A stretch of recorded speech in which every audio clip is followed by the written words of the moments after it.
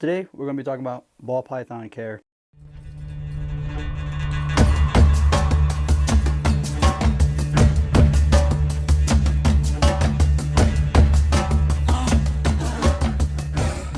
So you're thinking about getting a ball python, huh? I remember when I first thought that, first thing I did, went to YouTube, looked up ball python, how to have ball python care, all that fun stuff. Hey buddy, say hi to everybody. First thing you need to know is the best place to get a ball python. You might have a local, hi buddy, you might have a local reptile store. It's a good place to start. Or let's say you're on Facebook's a great place to look. People are always giving them away for like rehoming purposes. And by giving, I don't mean for free. You know, they might want payment and stuff. Facebook's a good place to look. Maybe they're rehoming. Maybe you went to Petco or PetSmart and just walked out with a ball python. You have no idea what to do now. You're like, oh, well, I got this snake. You're trying to figure out, what do I do with this snake? You went to a reptile expo, like a lot of people do, just curious about it. Maybe you just stumbled across it online or something, so you went and you couldn't resist the cute little face of a ball python, so you bought one. Now you got one. What do? I would say anywhere from a hatchling all the way to about a year or so old, you want to get yourself a good 20-gallon tank. 50 to 70, yes, 50 to 75 watt light bulb. I'd say about 75. They do like, let's see if he'll just chill up here on my head. Cool. Now, he's never done this before, so hopefully he doesn't fall. So anyways, so you want to get yourself about a 75 watt light bulb for your 20-gallon tank. Like you see back here, I have my light. Now this is 100 watt because it's a 60 gallon. Now what we're talking about. This is your light right here. You get your lamp. They have ones that clip, that hang. They have ones that sit like this. You can go on Etsy. They have plastic things that cover the bottom, so when it sits on here, it doesn't sit directly on the lid. I have a couple of those type of lights on my chameleon tank.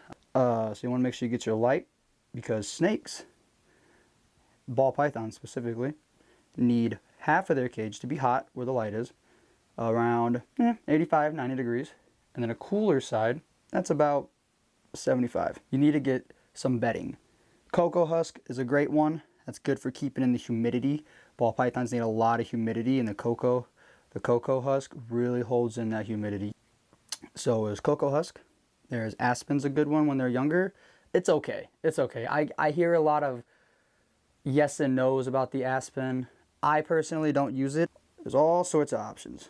You can go to your local reptile store, or you can go online. There's tons of places you can buy it from. Petco, PetSmart, they all have that type of stuff. You can even find it all at the reptile shows, the expos. So you want to get your cocoa husk, and you want to put about half an inch covering the entire bottom. What I would say. It doesn't mean I'm 100% right, but that's what I've been doing. Bedding, your light, your 20-gallon tank, your new snake. Well, now what? Well, you need a hide. They are called pet rocks for a reason. They like to hide. They like to be in dark little places to feel secure and safe. You want to make sure it's nothing too small, but you don't want it to be massive either. They like to feel closed, a little tight, kind of just hang out, feel safe. They don't want to be chilling in a hide where there's a lot of empty space where they might be like, oh no, there's a predator that can come in here. Hey, I see you just hanging out here. Now, you need a water bowl. So grab a water bowl. I use tap water. I know a lot of people in the community that use tap water. Some people are like, that's not good. They use water bottles. It doesn't matter. Water. So you got to have water in that water bowl. On the cooler side, they'll use it to drink. They'll use it when they're shedding. They'll use it to lay in. They like water. So now you got your tank set up. You put your snake in there. And he's chilling. He's hiding in his hide. He's looking around. He's curious. He's figuring out his environment. What do you do now? Well, you don't handle him. You want to handle him so bad. You just got this new snake. You want to hold him. You want to see what he does. You're curious. You can't. You can't do that when you first get them. Yeah, I see you're curious about my moving hand. How you want to come to it. Yeah. So do not handle them. I say for about a week or two. About a week's fine. You got to let them get used to their environment, feel safe, feel secure. Do not handle them. And same thing with feeding. When you first get them, do not feed the first week or two. Sometimes they won't eat because they're nervous and they're scared. They're on a hunger strike. That's normal. Happens. But you got to give it time for them to get comfortable in their new environment. Super simple, super easy. Then feed. Don't handle yet, feed. If he eats, perfect. So feeding, how does feeding work? So these guys need heat. They absorb their heat through their bellies because they're cold-blooded animals. So they need heat. That's why it's important to have heat. That is also how they digest. A very simple system in here. Very simple. I'm not going to describe it. I'm sure a lot of you guys don't really care about all that stuff. They have a very simple system inside of their bodies. Obviously, it's a noodle. It's got to be simple, right? So they eat. You could do frozen thawed, or you could do live. Rats, mice. I'm not going to go into any of the other type of things you can feed ball pythons because at that point I might confuse you guys. So frozen thawed, what is that? Frozen is a rat or mouse that is already dead and it's frozen. Frozen thawed, you then thaw it out by putting it in a plastic bag, putting it in hot water like you would chicken or steak till it's warm. Then you want to dry it off. Take a pair of tongs like these, some tongs, you shake the mouse in there in front of them, and it'll give them a feeding response. They'll then strike, coil around it, because they're constrictors, and they eat. Now, I only feed frozen thawed to one of my snakes. I actually feed live to my ball pythons.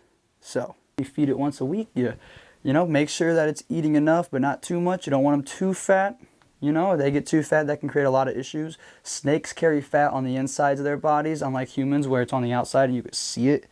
Like they hold like in between their organs, what I'm saying. So when you see a snake that's really fat, it's dangerous because now they're so fat from the fat around all their organs and stuff that's all being squished and pushed out, and then you see them protruding fat. That's dangerous. So, all right, I had to put him up. He was getting pretty stressed out.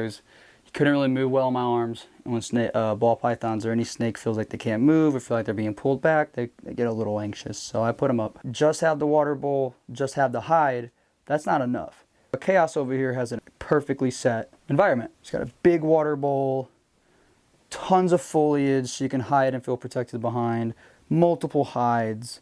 It's kind of what you want, right? So you kind of want to have a really good hide, a very good spot for him to hide, and you want a lot of foliage. Now, does it have to be bioactive and be real?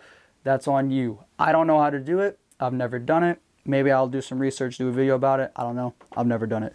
All my foliage is fake except for the logs are real.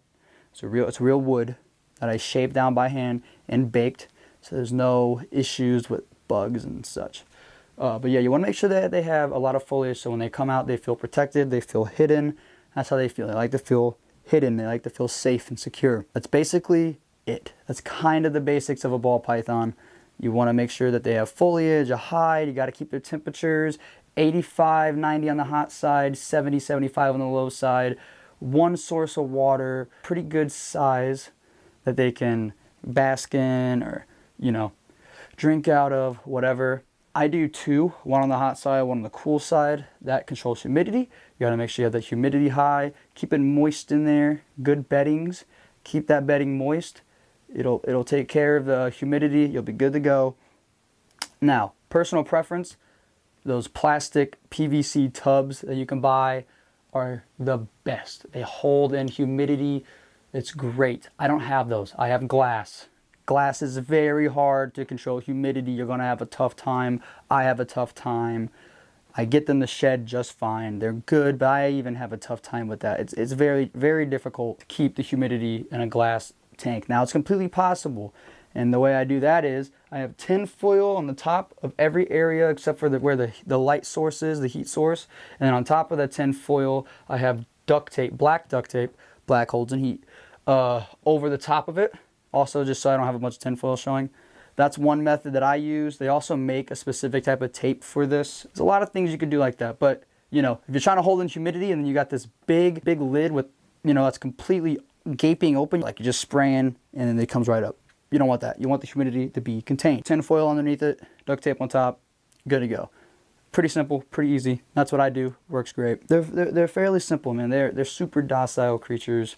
Like the only time I've ever been nipped at, and it's only been twice, was by my new guy, and it was when I first got Conquest. This was about a month ago or so. I had just got him, and I had no hide, so I used a cardboard box as a hide, and I didn't cut the bottom out, so when I went to grab him, I stuck my hand in instead of lifting it up and scooping them up, like you're kind of supposed to just scoop them, because when you come from the top, they think you're like a hawk or eagle. They get scared. Oh my God, I'm gonna die. They're gonna eat me, right?